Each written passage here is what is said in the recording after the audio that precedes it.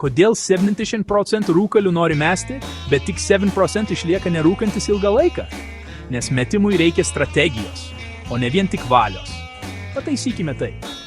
Patarimas 1. Nustatykite metimo datą, pasirinkite datą per ateinančias 2 savaitės ir jos laikykitės. Elkite su ją kaip su svarbiu susitikimu, kurio negalite praleisti. Patarimas 2. Pašalinkite veiksnius, kurie skatina rūkyti. Paslėpkite peleninės, išskalbkite drabužius, venkite vietų, kurios verčia jūs griebtis cigaretės. Ko nematote, to ir nedarote. Patarimas 3. Pakeiskite ritualą. Kramtykite gumą. Gurkšnokite vandenį. Spauskite streso kamuoliuką, kai užklumpa noras rūkyti. Nauji įpročiai nugali senus. Patarimas 4. Naudokite patikrintas priemones, nikotino pleistrai, guma, receptiniai vaistai gali padvigubinti jūsų šansus.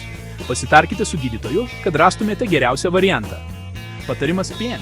Suburkite palaikymo komandą, pasakykite draugams, prisijunkite prie grupės, parašykite žinutę pagalbos linijai, kai pasidaro sunku.